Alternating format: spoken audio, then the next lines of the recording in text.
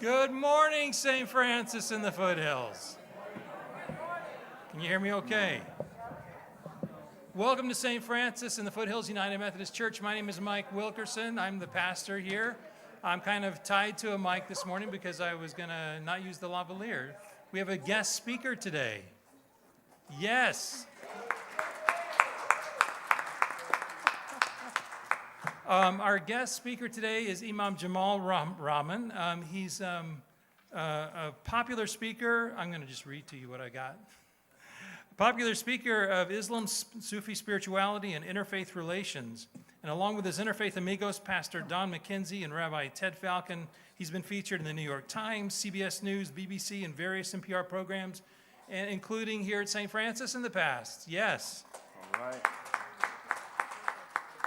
He's also the co-founder and Muslim Sufi minister at Interfaith Community Sanctuary and an adjunct faculty at Seattle University. So welcome. Welcome, Imam. As you may have noticed, there's a white rose on the table today, and the white rose is significant for our community in that it represents someone who has passed away recently from our community. And the person is Ms. Myrna Gallego. She passed away actually on Saturday, March 28th in Atlanta, Georgia. She had been here a few months in the past recently.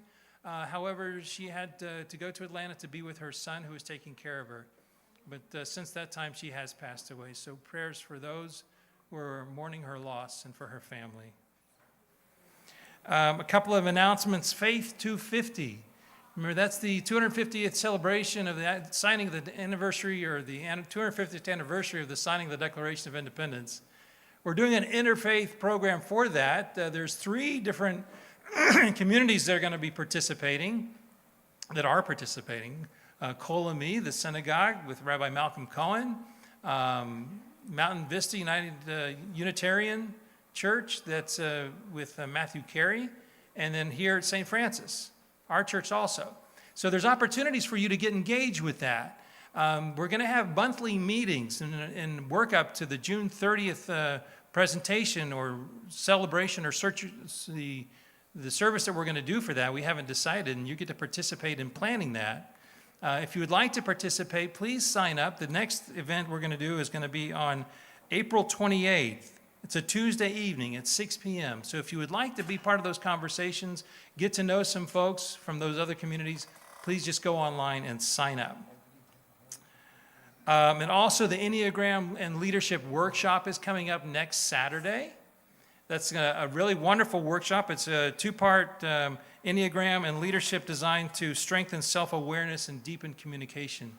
So the Enneagram is just a kind of a personality test. And so it gives you a chance to figure out your proclivities, your personalities, your idiosyncrasies, as my mother-in-law used to say. And then you get to find out what that is with other people too, and see how you communicate with other folks and how you interact in certain ways. So that, accompanied by some other 4P program and with some neurobiology on what happens with conflict in our bodies. This is going to be a wonderful training experience. It's open to everybody. You have to sign up online. Again, registration is going to be limited, but there's plenty of room right now. And it's going to be taught by a lady who put this program together, Catherine Tornbaum. She's an adjunct professor at University of Arizona in the Department of Government Policy, and she works specifically with community conflict. So I invite you to join in on that. And I think those are the main announcements. Does anybody have any birthdays in April or a birthday? I'm sure we don't have more than one. Would you please stand as you're able so we can celebrate you?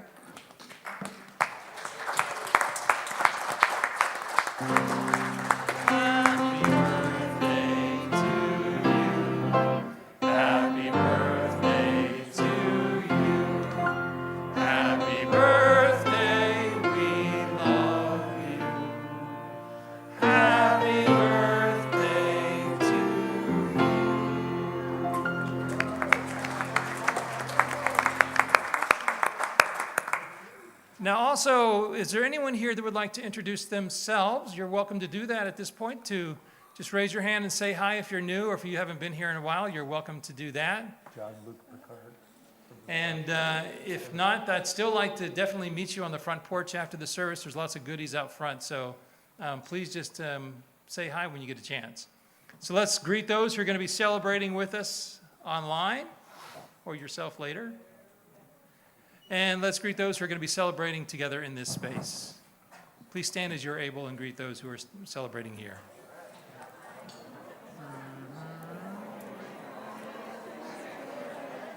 Don't go too far. Good morning.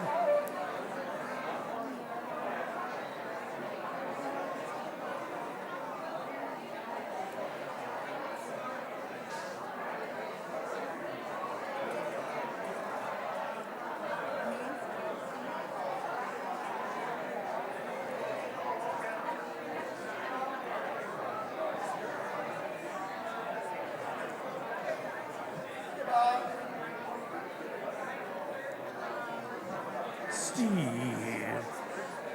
Almost. Mañana.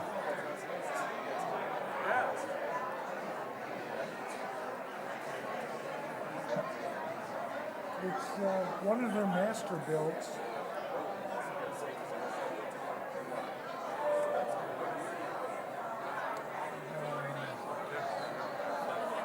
I think 94.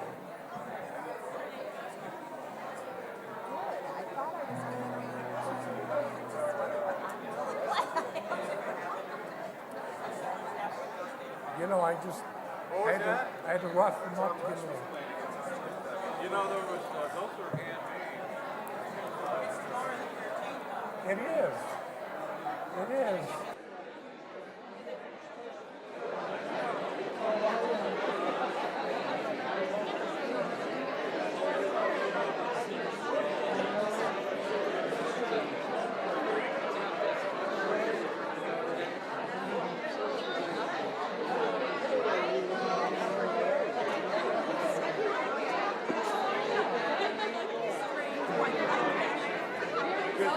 That's right.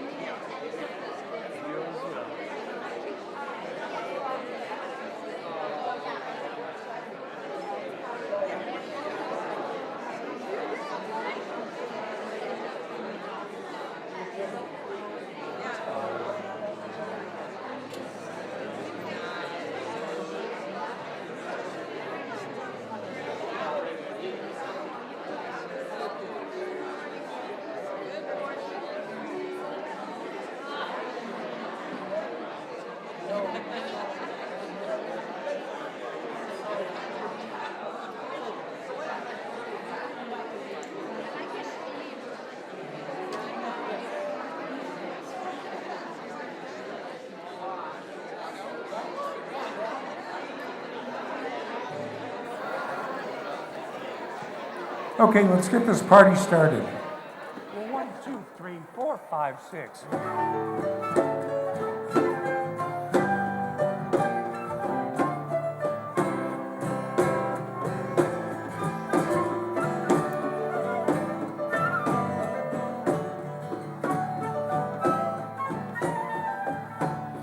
Here in this place, new light is streaming. Now is the darkness vanished away. See in this space our fears and our dreamings, brought here to you in the light of this day. Gather us in the lost and forsaken, gather us in the blind and the lame. Call to us now and we shall awaken, we shall arise at the sound of our name.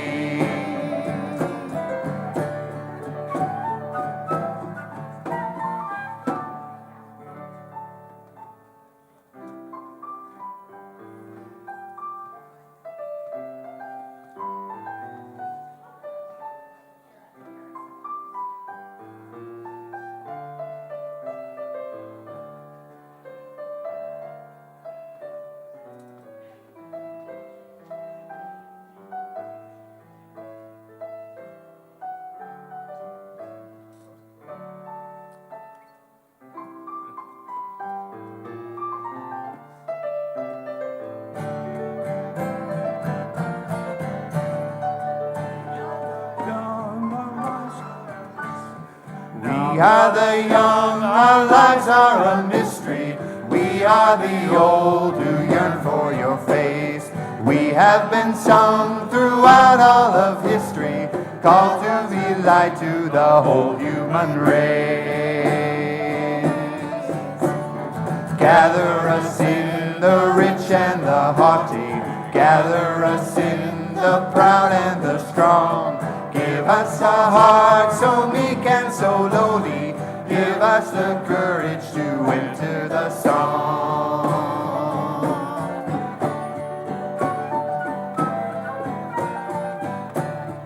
Not in the dark of buildings confining, not in some heaven light years away, but here in this place a new light is shining. Now is the kingdom, now is the day. Gather us in and hold us forever. Gather us in and make us your own. Gather us in, all peoples together. Fire of love in our flesh and our bone. Fire of love in our flesh and our bone.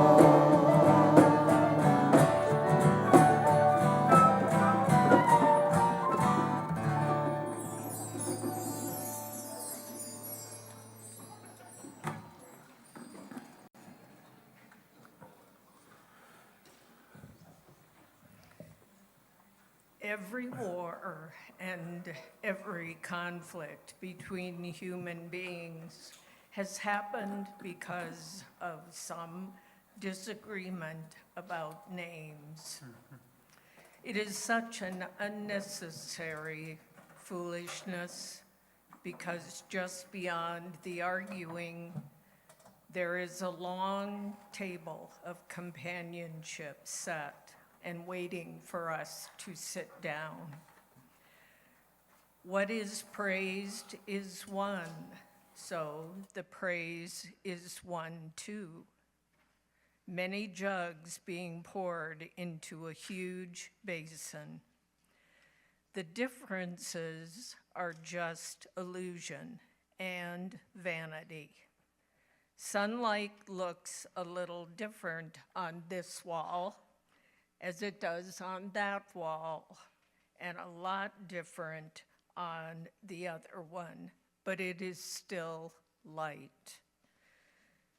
We have borrowed these clothes, these time and space personalities from a light, and when we praise, we are pouring them back in.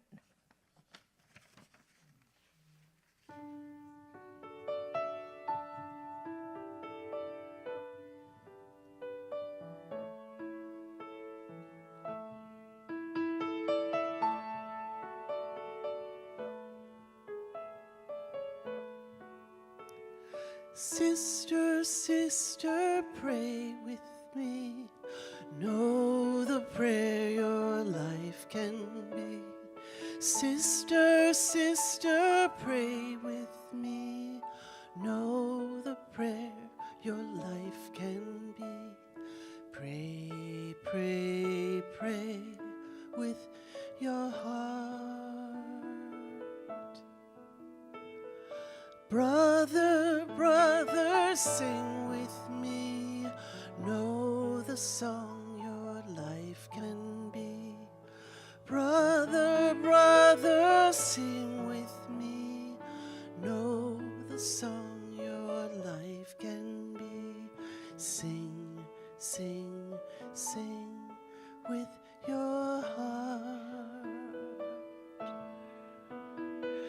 Mother, father, love with me. Know the love your life can be. Mother, father, love with me. Know the love your life can be. Love, love, love with your heart. All beloveds, dance with me. Know the dance your life can be.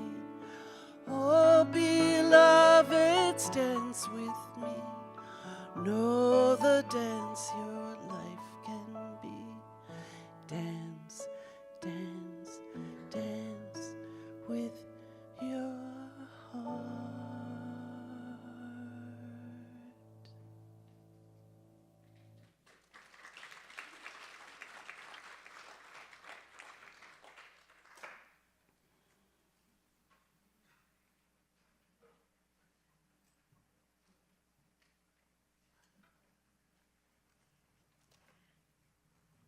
Good morning.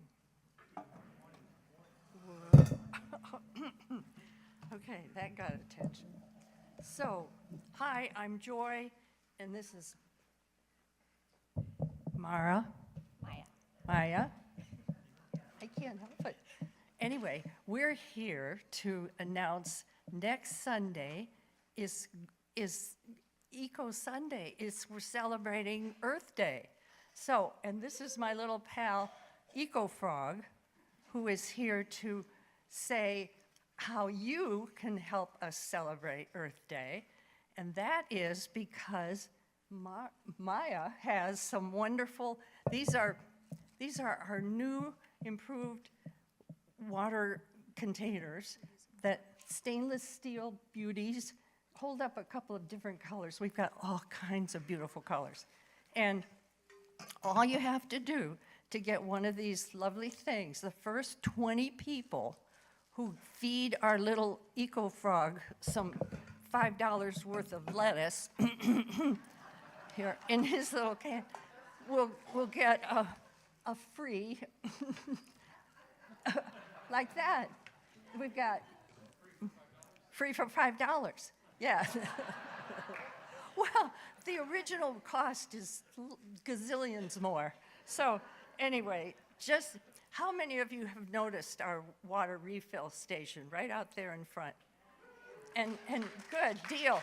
So that's because of the green team that was brought you that, and we'd love to have you celebrate by bringing your own container or buying one from EcoFrog, who will be out in front, to celebrate by filling up your water bottle next week when we all joyously think of all of the things we want for environmental improvement. So now it's time to celebrate everything that St. Francis offers us by giving your gifts. Thank you. Oh.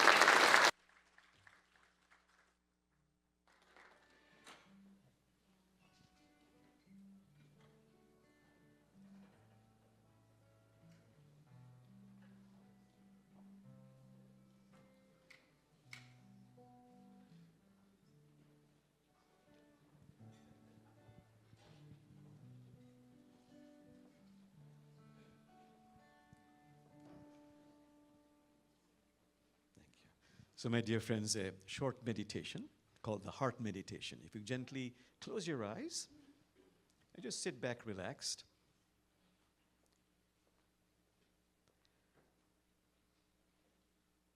And now focus on the lowest part of your spine. That's called the first chakra. Chakra in Sanskrit means wheel.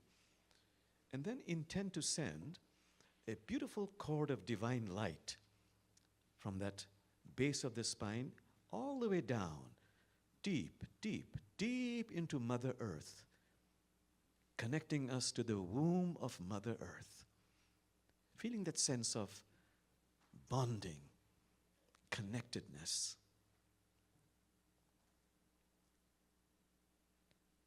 And now, please focus on the crown of your head, the crown chakra. And again, through intention, a beautiful cord of light. Send it upwards, way up, higher, higher, even higher, connecting us, bonding us with the realms of mystery, those heavenly realms.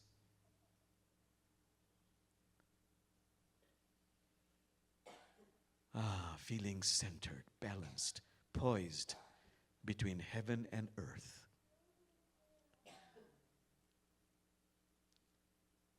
And now, letting go of this, please focus on your heart.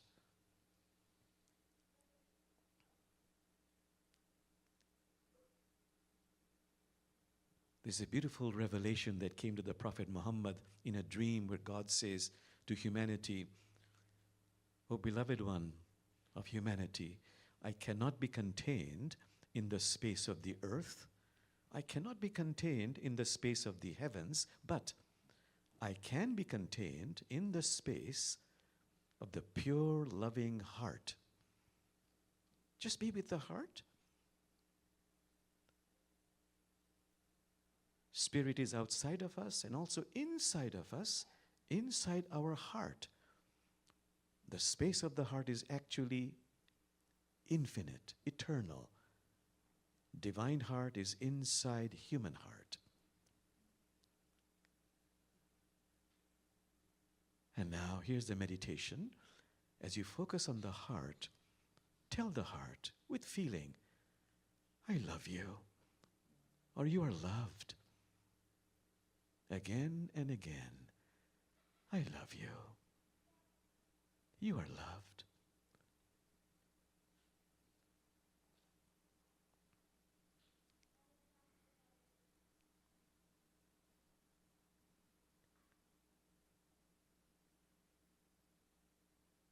You can never overdo this. You can add other words like, "I am so grateful, thank you." Or, please help me, I need help."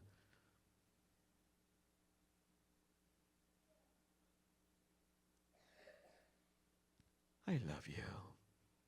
You are loved." No matter how awkward it feels, please try it.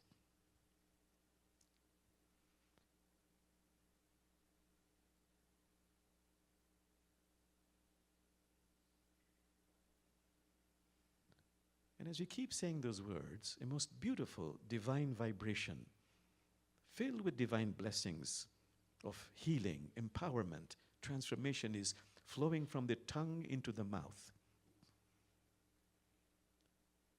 into the throat, into the chest, even deeper into the heart, even deeper into what is called the hidden, and even deeper into the hidden of the hidden, astonishingly loving us, blessing us, healing us, empowering us.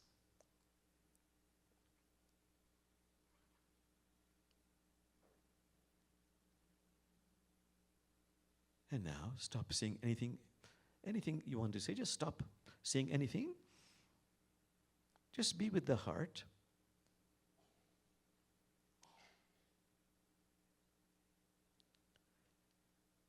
This mysterious organ where divine heart is inside human heart. And the last step is from this divine well of eternal love, healing, make an intention to pour out light and love in an outward, expansive direction. Focusing on the heart and simply pouring out light and love in an outward, expansive direction. Remembering that, knowing that the more light and love we pour out, the more light and love we become filled up with. It's a law, ancient and inexhaustible. Just for a few seconds, unabashedly pouring out light and love.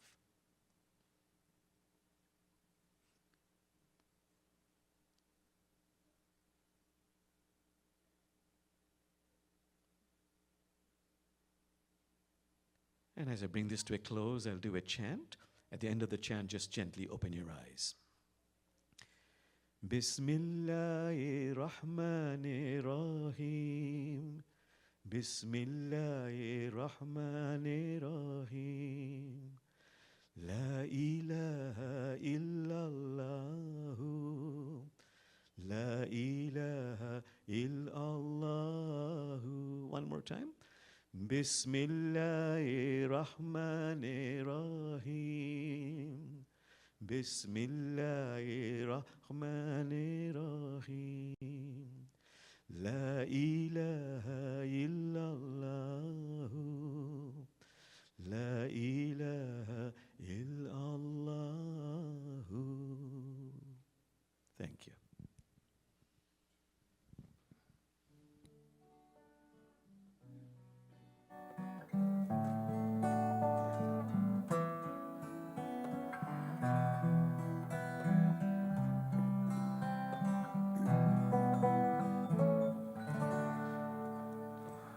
Come and fill our hearts with your peace. Open us to all creation. Come and fill our hearts with your peace. Hallelujah. Come and fill our hearts with your peace. Open us to all creation. Come and fill our hearts with your peace. Hallelujah. Come and fill our hearts with your peace. Open us to all creation. Come and fill our hearts with your peace. Hallelujah.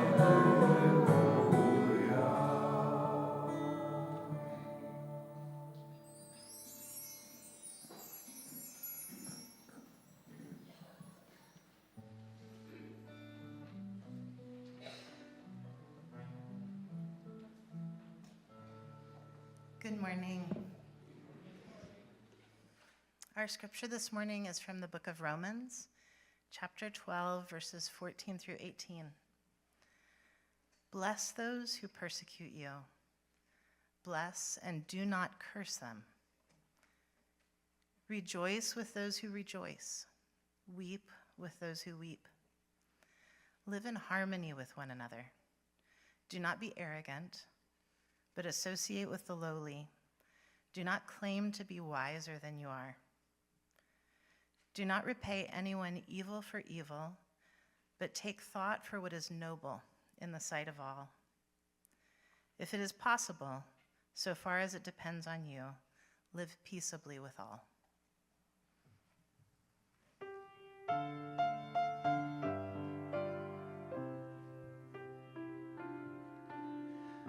Make me a channel of your peace.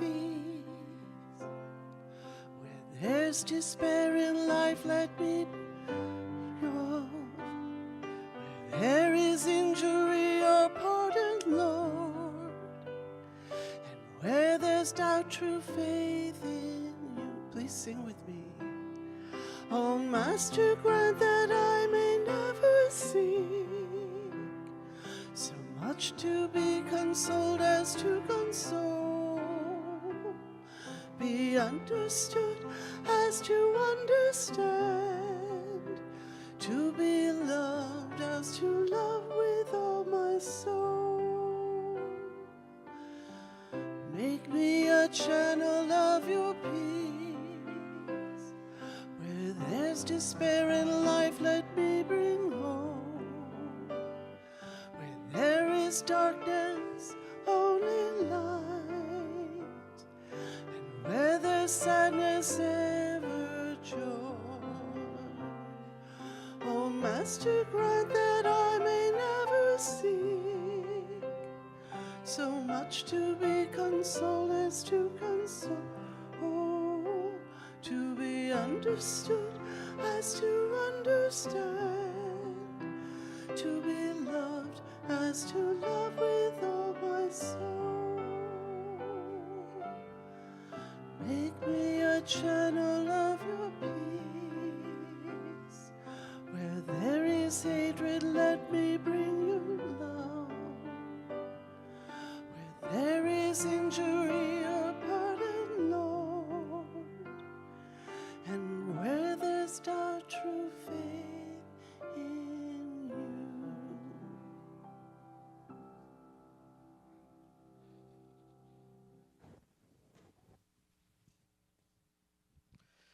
My dear friends, what a joy to see you back here again in this beautiful semicircle of love. You know, I heard the quotation by Rumi. My favorite quotation from Rumi is when he uttered. By the way, you know, Rumi never did any writing or did very little writing. He would just go into a trance and utter.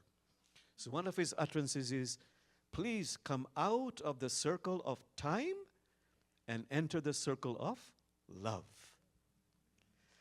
And as I'm thinking about circle, I'm looking around, I don't see any clock on the walls.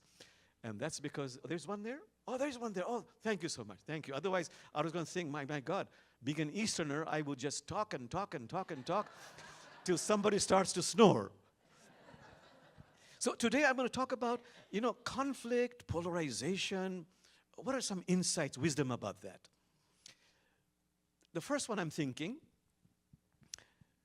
which is in every tradition really, but mostly in Taoism. Are you familiar with Taoism? Tao Te Ching is a wonderful little book that has sold millions of copies. So in Taoism, they say that the biggest problem human beings have when they get angry, they have fear, they have sadness, they sometimes overdo it. They don't know when to stop. So the example they say is, you have an arrow and a bow, you stretch the arrow will go very far, but if you keep on stretching, it'll break. Sharpen a knife. It gets sharper and sharper, but if you keep on sharpening, it begins to break. If I have ego, I want to outshine the other, I stand on my toes higher and higher, I will stumble and fall.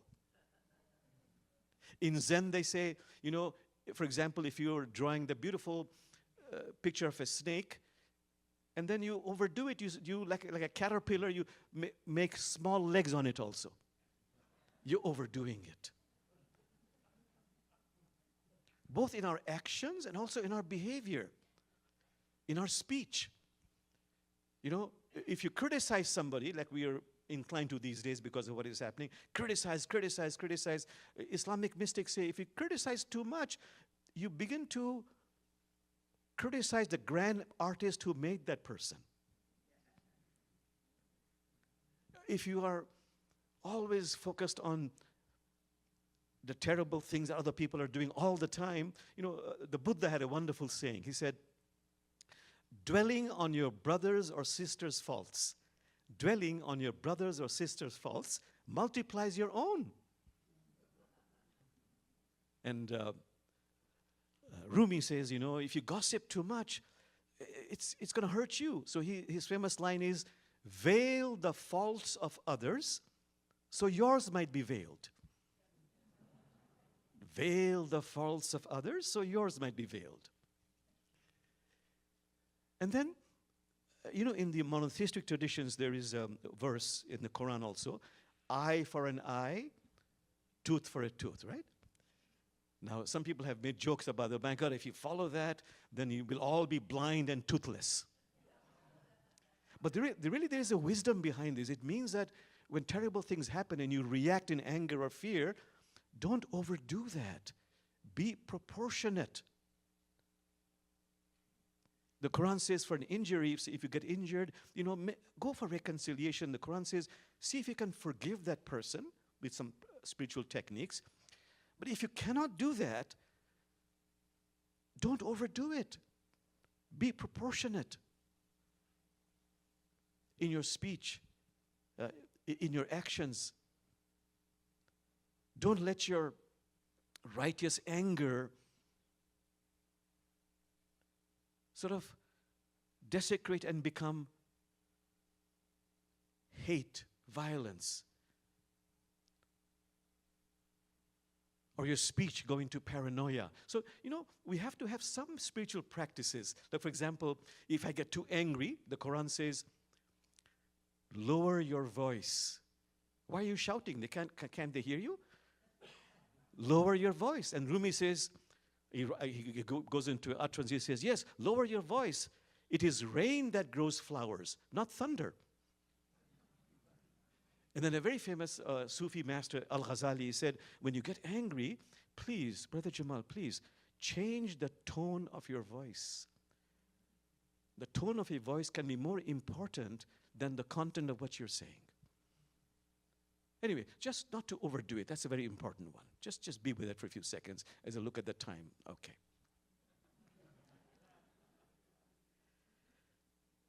Okay, second point.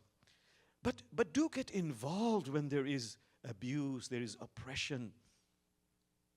Don't just rely on Spirit and God all the time. Rumi has a wonderful saying, to be fulfilled, to have an impact on life, work equally in the visible and the invisible worlds. But don't just rely on the invisible world. You know, there's a wonderful story in many traditions that there was a pious person so despairing of all the cruelty, injustice, pain, travels different places, sees terrible, terrible things happening, sees an orphan child dying in the cold, actually dead orphan child. He breaks down and cries out, God, please, you are God. You're all compassionate, all aware. Do something, God. Why don't you do something, God? And that night, God appears in a vision and says, beloved one, I did do something. I created you. What are you doing? So just be with that for a few seconds.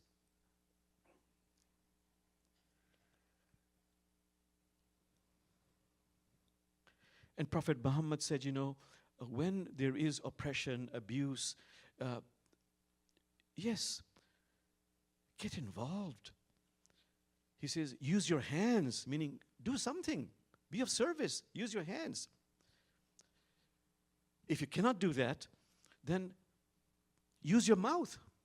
Speak out against it. If you cannot do that, yes, then pray from your heart. But get engaged.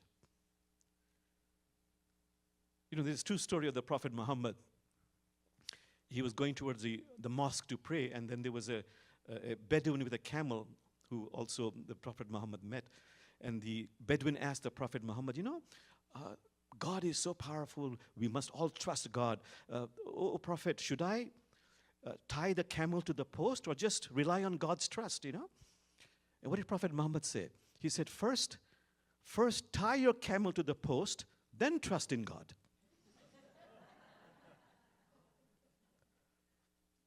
So when we get engaged, all the traditions say, and you'll be surprised, Islam insists on that, be non-violent. In our community, we're studying a very wonderful book. I don't know if any of you have heard this book. It's a bestseller, actually. Zen and the Art of Saving the Planet by Thich Nhat Hanh. Anybody read that book? It's a wonderful book.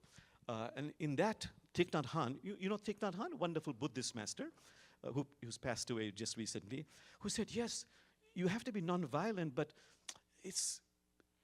use it as a North Star. You can't 100% always be non-violent. At least 80% or 90% be non-violent. Let me tell you a wonderful Sufi story. There was a snake in a village that terrorized the entire village because it would bite. It was a poisonous snake, terrorizing the inhabitants of that village.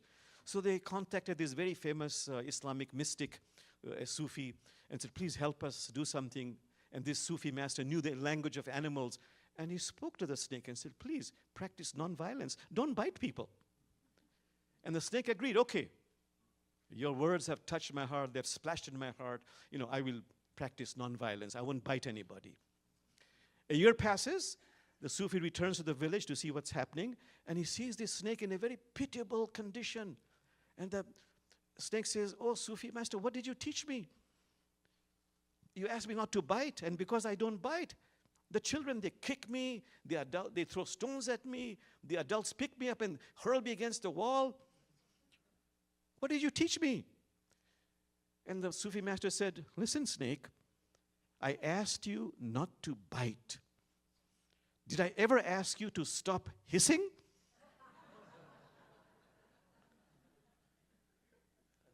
Just be with that story for a few moments. See how it impacts you. Now, in matters of conflict, sometimes very, very difficult to make a decision about judgment. And it's best to really work for reconciliation, for peace between the two parties. The famous story of the fictional mullah. Anybody heard of the mullah, Mullah Nasruddin? Oh, wonderful. A fictional character in Islam, 13th century, through whom many insights are conveyed. So here's a mullah. He's a judge now. Here's the plaintiff. Plaintiff makes the case, and the mullah says, you're right, you're right, you're right, you're right. The defendant makes the case, and what does the mullah say? The judge, you're right, you're right, you're right.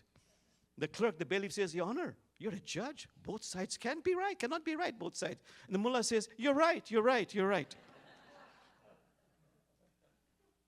So, reconciliation. In Islam, they say when you meet an adversary, please share 3 cups of tea. Listen to the adversary, respect, connect. In my ministry, for a long time, since 9/11 particularly, this ministry of really meeting those who are Islamophobic, anti-Semitic, misogynistic, a lot of hate, a lot of anger, and they have their own story. So my work is to follow this wonderful principle of 3 cups of tea.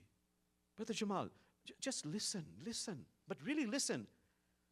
Are you really listening? I'm not actually, because already as a person is talking, I'm formulating my answer. So what is listening? So Islamic mystics say, listening is metaphorically putting your head on the person's chest and sinking into the answer. Metaphorically putting your head on the person's chest and just sinking into the answer. That's real listening. Listen, then respect. Respect meaning, Brother Jamal, you're angry at their behavior, which is unacceptable. But you're not angry at their being or their essence, which is Christ nature, Buddha nature, Elohim nature. Can you make that distinction as you take the right action? Very wonderful mystic, Sufi mystic, who was both a Muslim and a Hindu, Kabir, who said, if you meet an adversary, protect yourself. Don't allow yourself to be abused. Take the right action. But as you take the right action, he says, I implore you, I beg you, please, I beg you, do not keep this person's essence out of your heart. It's a very subtle distinction. Take the right action, but make a distinction between behavior and being. I'm angry at the behavior. I'm not angry at their essence, which is Christ nature, Buddha nature, Elohim nature, Krishna nature. And just keeping that discernment in my mind and heart has the power to shift heaven and earth. So a story from the Islamic literature, there's a judge who's meeting an offender, a terrible offender. And one judge, has anger in his being and says, gives him life sentencing. You're banished for life in jail. And in his heart he's saying, you scum of the earth, you've done such terrible things. Go away to jail.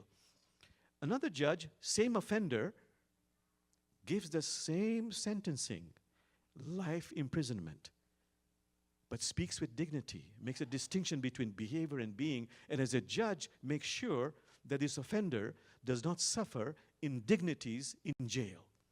Same sentencing, but delivered with 2 different energies. You might say, big deal. Actually, it's a very big deal. Has the power to shift heaven and earth. Let's just be with that in my dealing with the other.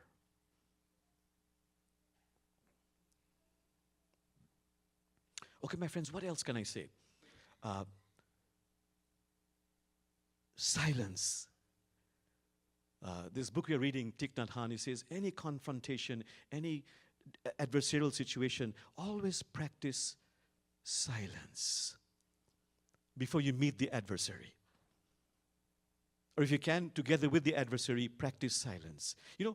So what is silence? I love the words of Rumi. Silence is not the absence of sound. It is the absence of the little self. I, me, me. He goes on to say, silence is the language of God. Silence is the language of God. Everything else is a poor translation. Silence is the language of God. Everything else is a poor translation. Let me give you one more.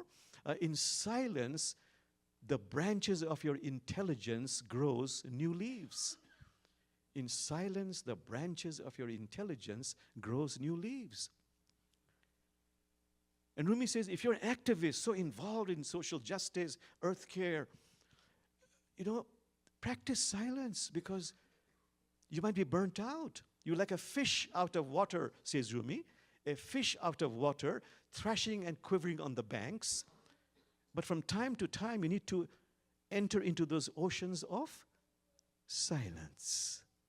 So you become rejuvenated, reactivated. That's silence. Then there is prayers. Let us pray for peace. It has a deep impact, deep meaning, very phenomenal.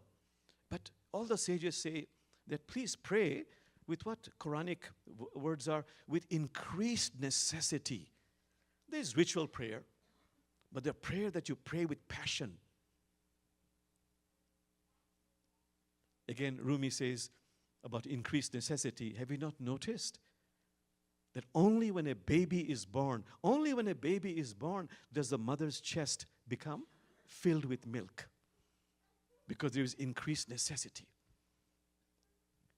You know, I'm thinking right now, as I'm speaking, of this wonderful, famous story, true story of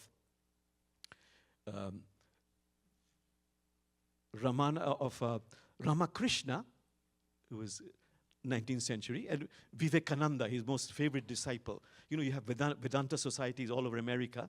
It's from Vivekananda. And that wonderful sage is Ramakrishna. So one day the disciple, Vivekananda, was telling Ramakrishna they were bathing by the river. In the villages, they go into the river to take a shower. The river is always accessible. So Vivekananda was saying, Ramakrishna, you know, I've been trying to connect with God. I do all those techniques, prayers, meditation. I find no connection with God. God never appears to me. What did Ramakrishna do? He was young at that time.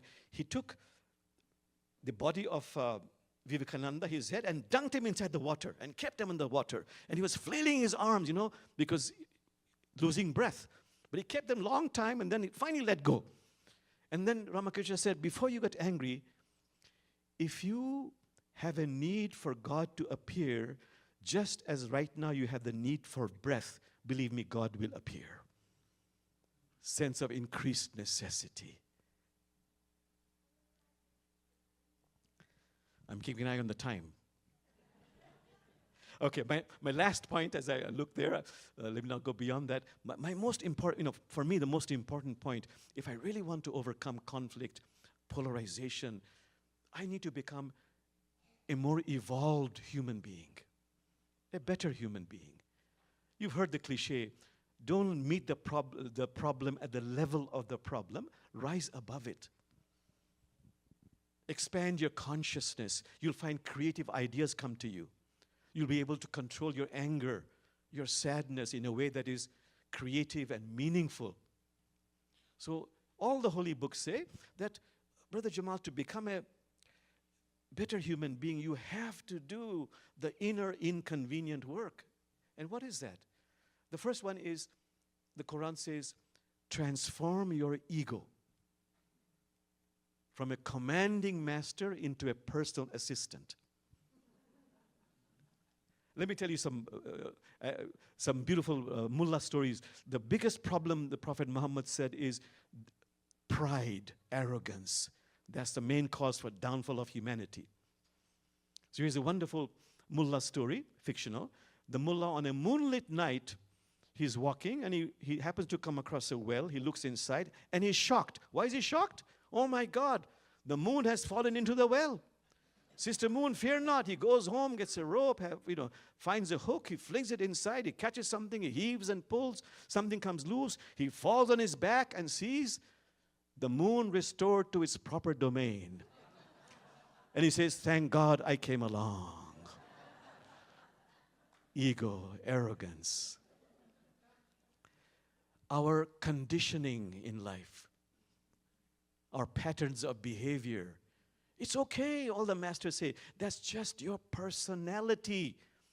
Do some spiritual work to go beyond your personality and connect with the divine spark, your Christ nature, Buddha nature, Elohim nature, Allah nature.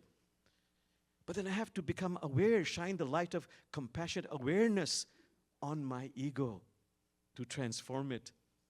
The one which I and my Interfaith Amigos have mentioned all the time, the cheese sandwich, about our conditioning. The mullah goes to work, opens his lunch pail box. What does he find? A cheese sandwich. Second day, third day, fourth day, it's always a lousy cheese sandwich. 10th day, I'm getting sick and tired of this lousy cheese sandwich. His puzzled co-workers say, Mullah, why didn't you ask your wife, be gentle, to make you a different kind of sandwich? I'm not married. Who makes them? I do.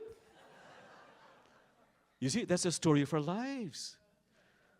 I criticize all the corporations, many years ago, Occupy Seattle, I used to criticize publicly all the banks, the big corporations. And suddenly I realized, Brother Jamal, where do you bank? In a huge bank. Where do you shop? In those huge corporations. See, we're stuck in a patterns of behavior. Excuses. We are full of excuses. Someone knocks at the mullah's door, brother, can I borrow your donkey? That's done in that part of the world. Can I borrow your donkey? The mullah doesn't want to lend him his donkey, so he lies, makes an excuse. Oh, brother, if you had just come an hour ago, I just lent my donkey to a neighbor of mine. I'm so sorry. Unfortunately, just at that time, the donkey in the stable begins to bray. But I hear a donkey, I hear a donkey. The mullah's caught. He goes, who will you believe? Me or the donkey?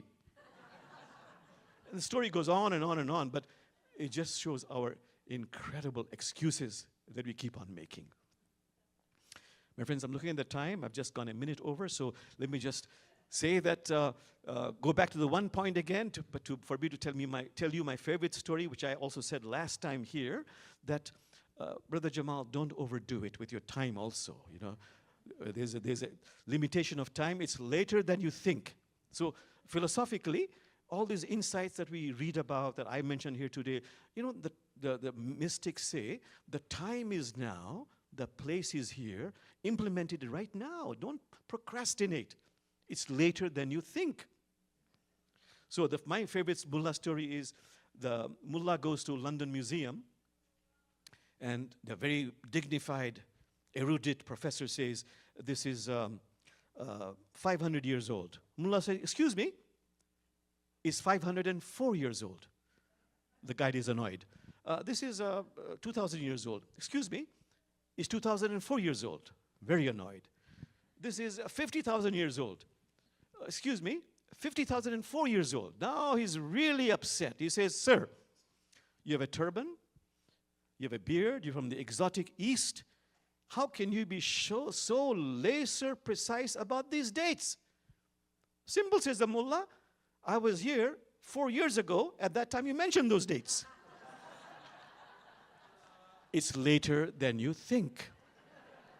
And now I will really end with a verse from the saying of the Prophet Muhammad, which I would like to apply to my life and pray it also applies to you. Prophet Muhammad said, Brother Jamal, when you arrived here, everybody around you was laughing and smiling, but you were crying and weeping. Live such a life that when you depart, everybody around you is crying and weeping, but you are laughing and smiling. Thank you very much. Thank you.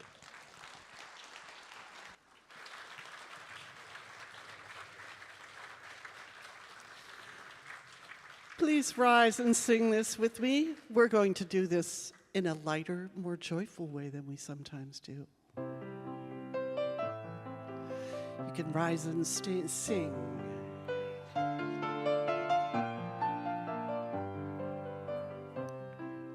Come and fill our hearts with your peace. Open us to all creation.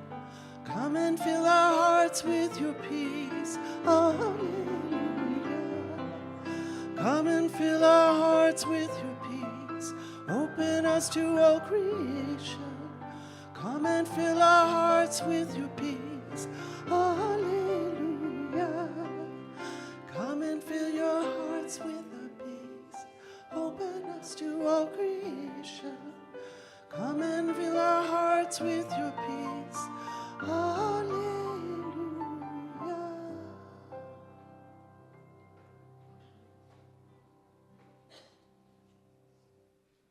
My friends, for a benediction, let me recite the first chapter of the Quran and give you the good news. It's a very short chapter. But I'd like you to join me by chanting Hu, who. It's the equivalent of Aum in Islam. Who. And keep on going. Give it voice. Who.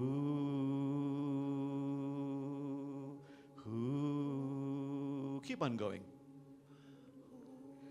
Bismillahir Rahmanir Rahim. Alhamdulillahi Rabbil Alameen. Ar-Rahmanir Rahim. مالك يوم الدين إياك نعبد وإياك نستعين اهدنا الصراط المستقيم الصراط الذين أنعمت عليهم غير المغضوب عليهم ولا الضالين آمين.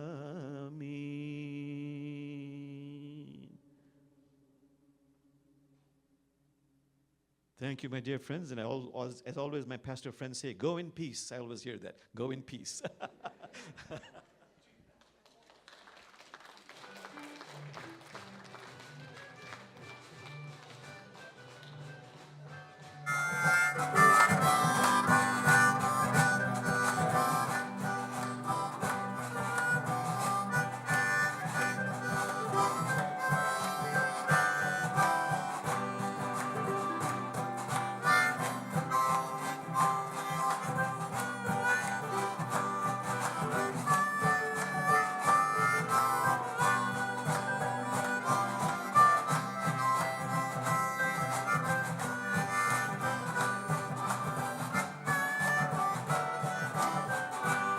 Here we go. Gonna lay down my burden down by the riverside, down by the riverside, down by the riverside. Gonna lay down my burden down by the riverside, down by the riverside. I ain't gonna study alone, I ain't gonna study alone.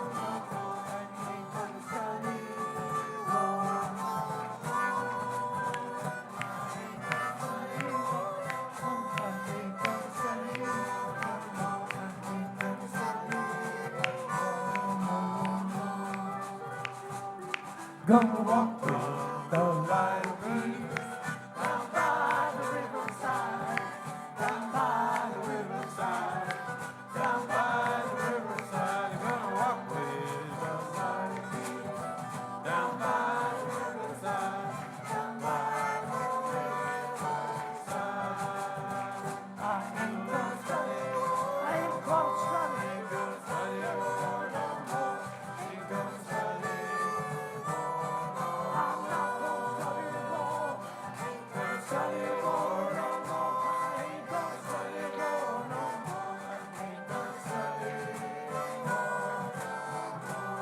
Here's the last one. Don't show love around the world. Down by the riverside, down by the riverside, down by the riverside. Don't show love around the world. Down by the riverside, down by the riverside. I ain't gonna study war. Ain't study war no more.